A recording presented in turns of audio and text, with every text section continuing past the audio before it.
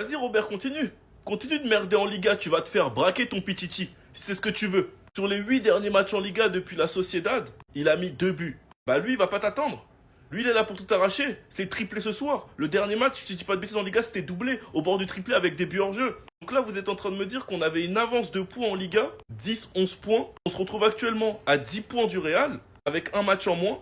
Et tu te fais même rattraper pour le Pichichi. 15 buts pour Mbappé, 16.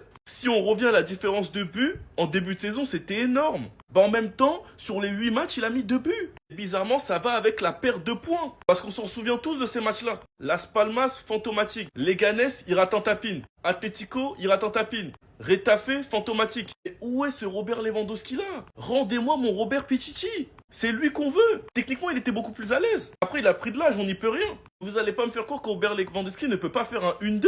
Parce que là, depuis quelques mois, il n'en est pas capable. Demain, t'as intérêt à marquer en tout cas. Flick doit faire comme tu as vu la saison dernière, lui donner de la concurrence, quitte à faire jouer Ferran Torres ou Pau Victor. Parce qu'on a très bien vu la saison dernière, quand Roquet est arrivé, c'est là qu'il a commencé à se bouger. Enfin bref, sinon vous les gars, vous en pensez quoi? Ramenez-nous sur Snap Insta, on s'ennuie.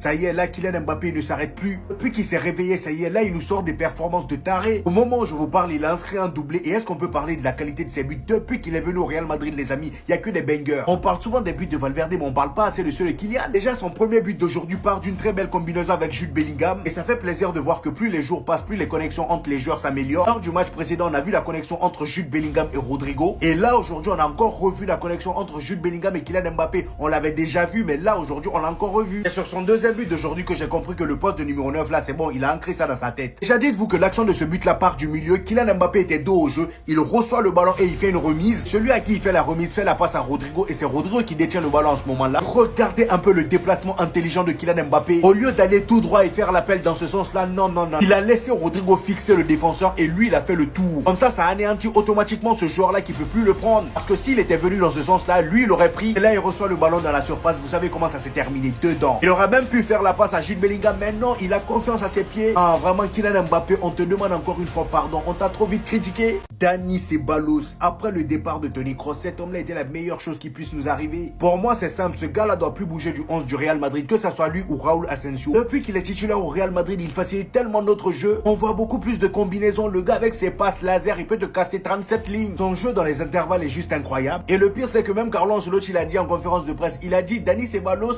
il a été très important dans cette période. Il a retrouvé sa bonne version. L'équipe joue mieux avec lui et il peut aussi jouer dans les grands matchs. Et après ça, t'as Raúl Asensio, lui aussi doit plus quitter le 11, ça y est. Déjà, le gars nous avait montré qu'il était meilleur que Tchouaméni en défense et aujourd'hui, en plus de ça, il nous a montré qu'il est meilleur que Vasquez à ce poste de latéral. Fallait voir comment le gars était déterminé sur le terrain. De toute façon, lui, depuis qu'il a commencé avec l'équipe 1, il est tout le temps déterminé. Même dans ses tacles, tu sens que ouais, lui, il a passé son enfance à regarder Ramos. Il est tout simplement infranchissable. Et en plus de ça, le gars, il est rapide, il a une bonne qualité de passe. Défensivement, il est imparable, c'est le défenseur qu'il nous faut. Pourquoi on cherche loin? À chaque match, il nous le prouve. Mention spéciale à Jude Bellingham qui a sorti encore un match de port lui aussi. Il est toujours le même, il change pas, il trouve ses coéquipiers quand il le faut. Aujourd'hui, c'était Kylian Mbappé. Le match précédent, c'était Rodrigo. Et avec Vinicius, c'est pareil. Vraiment, Jude Bellingham, c'est le genre de joueur que tout entraîneur voudrait dans son équipe.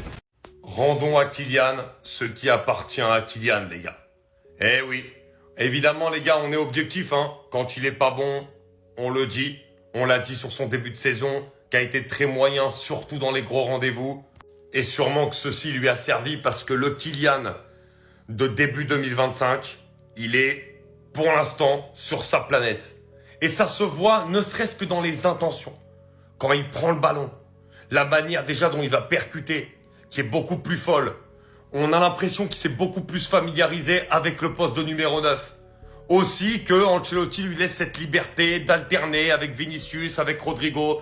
Des fois, il part souvent du côté gauche. Il est très bon dans les appels, dans les appuis remises, dans les 1-2, dans les liaisons avec ses coéquipiers. On sent un Kylian vraiment maître de ses moyens et ça fait plaisir de le voir comme ça. Enfin, on le voit comme ça. Regardez sur les 5 derniers matchs, hein, le but contre le Barça, le but contre Vigo, le doublé contre Las Palmas, le but contre Salzbourg et le triplé aujourd'hui contre le Real Valladolid. Oui, très clairement les amis, on peut le dire, Kylian Mbappé est de retour à un très haut niveau.